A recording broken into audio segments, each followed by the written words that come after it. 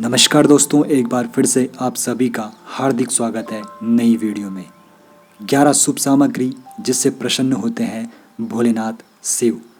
भगवान शिव तुरंत और तत्काल प्रसन्न होने वाले देवता है, इसलिए उन्हें आशुतोष कहा जाता है। आइए जानते हैं भगवान शिव को प्रिय 11 ऐसी सामग्री जो अर्पित करने से भोलेनाथ हर कामना पूरी करते हैं।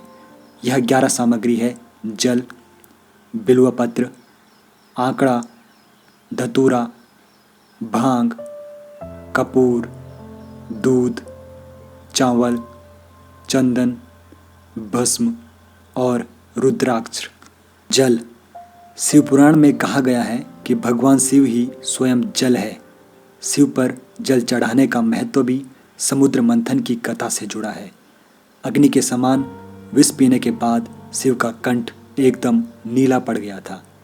विष की उष्णता को शांत करके शिव को शीतलता प्रदान करने के लिए समस्त देवी देवताओं ने उन्हें जल अर्पित किया, इसलिए शिव पूजा में जल का विशेष महत्व है। बिल्वपत्र। भगवान के 3 नेत्रों का प्रतीक है बिल्वपत्र, अतः 3 पत्तियों वाला बिल्वपत्र शिव जी को अत्यंत प्रिय है। प्रभु आशुतोष के पूजन में अभिषेक व बिल्वपत्र का प्रथम स्थान है। ऋषियों ने कहा है कि बिल्वपत्र भोले भंडारी को चढ़ाना एवं 1 करोड़ कन्याओं के कन्यादान का फल एक समान है।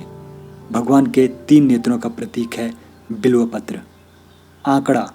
शास्त्रों के मुताबिक शिव पूजा में एक आंकड़े का फूल चढ़ाना सोने के दान के बराबर फल देता है। धतूरा। भगवान शिव को धतूरा भी अत्यंत प्रिय है। इसके पीछे पुराणों में जहाँ धार्मिक कारण बताया गया है, वहीं इसका वैज्ञानिक आधार भी है। भगवान शिव कैलाश पर्वत पर रहते हैं। यह अत्यंत ठंडा क्षेत्र है जहाँ ऐसे आहार और औषधि की जरूरत होती है जो शरीर को ऊष्मा प्रदान करे। वैज्ञानिक दृष्टि से धतूरा सीमित मात्रा में लिया जाए तो औषधि का काम करता है और शरीर को अंदर से गर्म रखता है, जबकि धार्मिक दृष्टि से इसका कारण भागवत पुराण में बताया गया है। इस पुराण के अनुसार शिव जी ने जब सागर मंथन से निकले हलाहल विष को पी लिया, तब वह व्याकुल होने लगे। तब अश्वनी कुमारों ने भांग, धतूरा, बेल आदि औषधियों से शिव जी की व्याकुलता दूर की। उस समय से ही शिव जी को भांग धतूरा प्रिय है।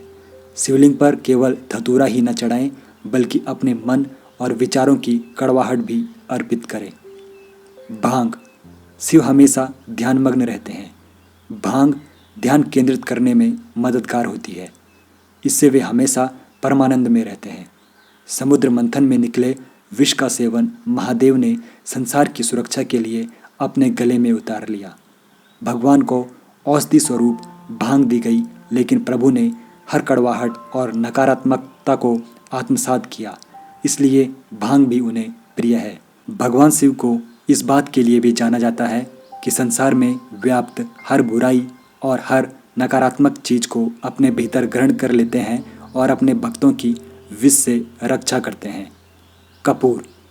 भगवान शिव का प्रिय मंत्र है कपूर गौरम करुणावतारम, यानी जो कपूर के समान उज्ज्वल है। कपूर की सुगंध वातावरण को शुद्ध और पवित्र बनाती है। भगवान भोलेनाथ को इस महक से प्यार है, अतः कपूर शिव पूजन में अनिवार्य है। दूध। श्रावण मास में दूध का सेवन निषेध है।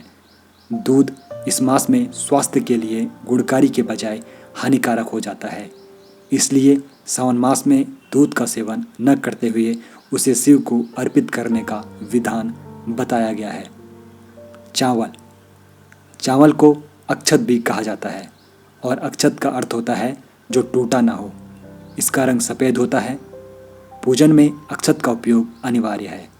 किसी भी पूजन के समय गुलाल, हल्दी, अबीर और कुमकुम अर्पित करने के बाद अक्षत चढ़ाए जाते हैं। अक्षत न हो तो शिव पूजा पूर्ण नहीं मानी जाती। यहाँ तक कि पूजा में आवश्यक कोई सामग्री अनुपलब्ध हो तो उसके एवज में भी चावल चढ़ाए जाते हैं। चंदन। चंदन का संबंध शीतलता से है। भगवान शिव मस्तक पर चंदन का त्रिपुण लगाते हैं। चंदन का प्रयोग अक्सर हवन में किया जाता है और इसकी खुशबू से वातावरण और खिल जाता है। यदि शिव जी को चंदन चढ़ाया जाए तो इससे समाज में मान सम्मान यश बढ़ता है। भस्म, इसका अर्थ पवित्रता में छिपा है।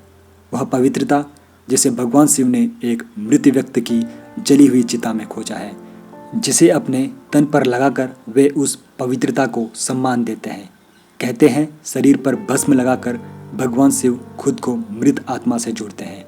उनके अनुसार मरने के बाद मृत व्यक्ति को जलाने के पश्चात बची हुई राख में उसके जीवन का कोई कण शेष नहीं रहता।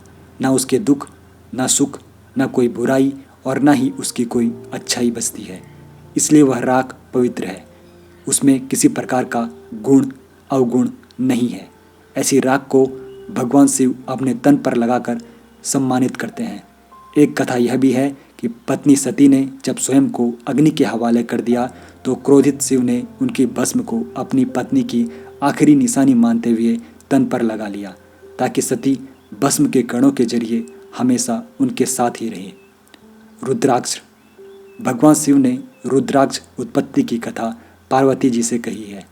एक समय भगवान शिव जी ने 1000 वर्ष तक समाधि लगाई।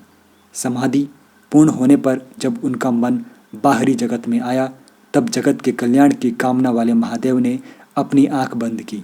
तभी उनके नेत्र से जल के बिंदु पृथ्वी पर गिरे। उन्हीं से रुद्राक्ष के वृक्ष उत्पन्न हुए और वे शिव की इच्छा से भक्तों के हित के लिए समग्र देश में फैल गए। उन वृक्षों पर जो फल लगे वे ही रुद्राक्ष है। उम्मीद करता हूँ वीडियो आपको पसंद आई हो।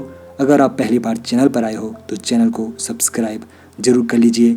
वीडियो को लाइक एंड शेयर जरूर कर लीजिए।